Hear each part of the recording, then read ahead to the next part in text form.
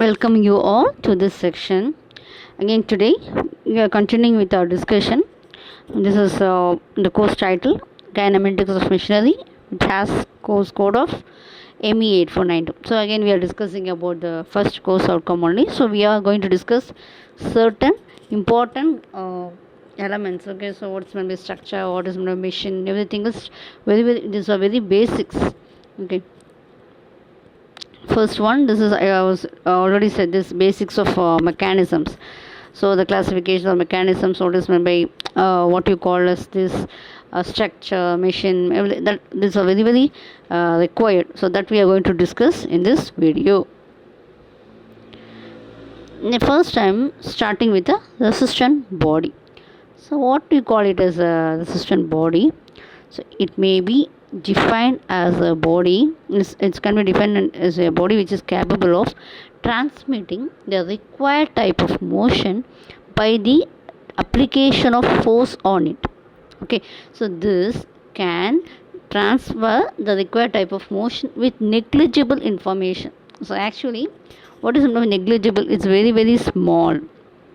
Okay, this will be transmitting the motion, but there will be very negligible deformation. You just imagine what is meant by a resistant body. Actually, the resistant body is a body which is not a rigid body but acts like a rigid body while it's functioning in the machine.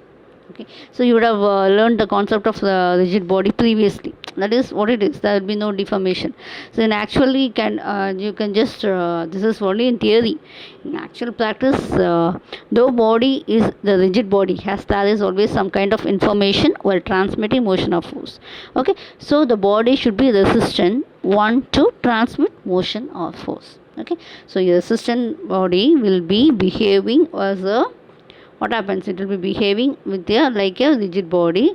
So that is, it has negligible deformation, and it will be also transmitting the required type of motion. Okay, so that is your resistant body. Next one is a link or element. What is meant by link or element? Okay, it is defined as the assemblage of resistant bodies that are fastened together rigidly on a machine. Again, I am repeating, they are fastened together rigidly of a machine which has relative motion with some other part. There will be relative, you can have it as there will be some relative motions with some other part. So this linker element can be divided into three types. The first one, you will have it as a rigid link. The second, you will have it as a flexible link, and the third, you will have it as a fluid link. Okay, so again I am saying it is an assemblage of resistant bodies, and they will be having a relative motions with some other parts. The first, I am going to explain what is meant by kinematic link. Okay, for example, what is it is, for example, in a reciprocating motion steam engine, and you can see the diagram. Please, you see the diagram. You have a piston, you have a, what are the components we can see in the diagram? You have a piston rod and crosshead. It will be constituting one link. Okay, you can see that the connecting rod, so right, the connecting rod, and this one, actually this connecting rod and small and big end bearings, this will be one link, isn't it? So they will be constituting one link. The crankshaft and the flywheel, they will be another link.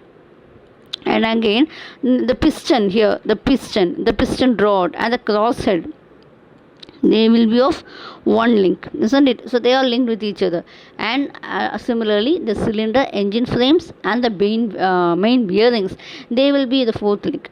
So that is, as I told already, it will be an assemblage of resistant bodies.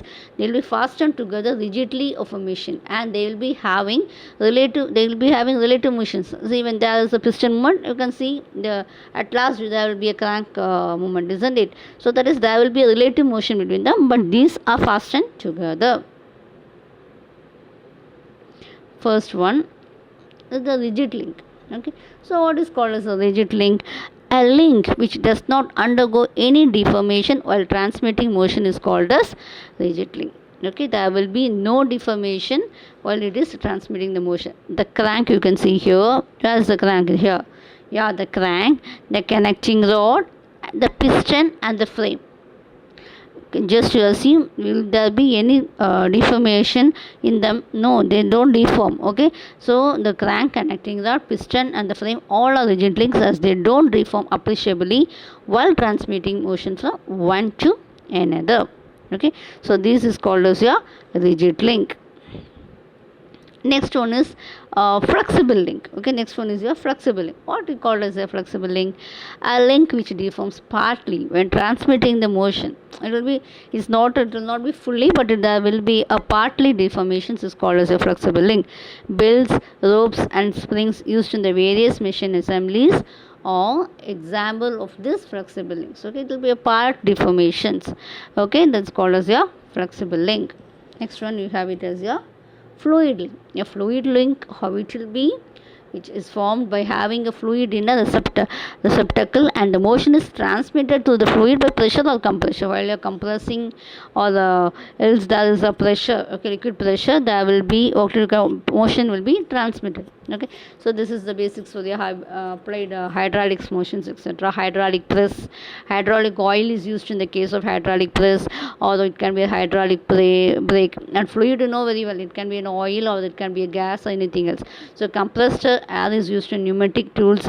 Okay, so that's a separate subject will have applied hydraulics and pneumatics. So here the fluid link is actually what we require here is the motion is being transmitted to the fluid pressure, but it can be by pressure or it can be by compression. Then what is meant by structure actually? A structure is an assemblage of a number of resistant bodies, and these are called as members, and they don't have any type of relative motion between them, and this the main aim of them is to carry the loads having straining action. Bridge, machine frame and building, etc. all the examples of the structures. Okay, so there will be no sort of relative motion between them. Then what is a machine?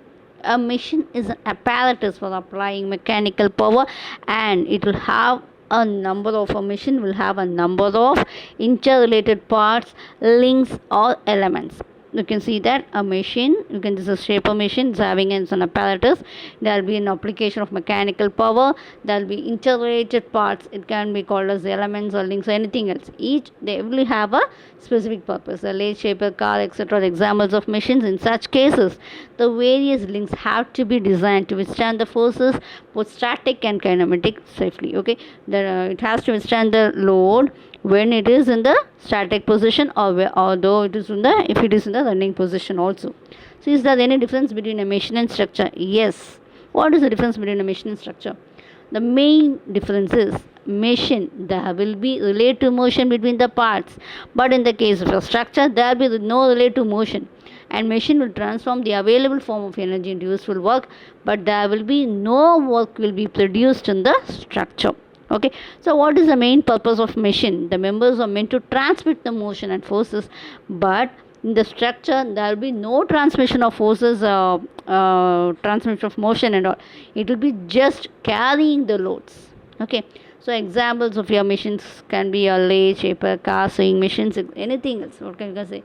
Okay, it can be anything else. So bridge, frame, building, roof truss are examples of a structure. So thank you for your patient listening. Okay, we shall meet in the next section. Thank you all once again.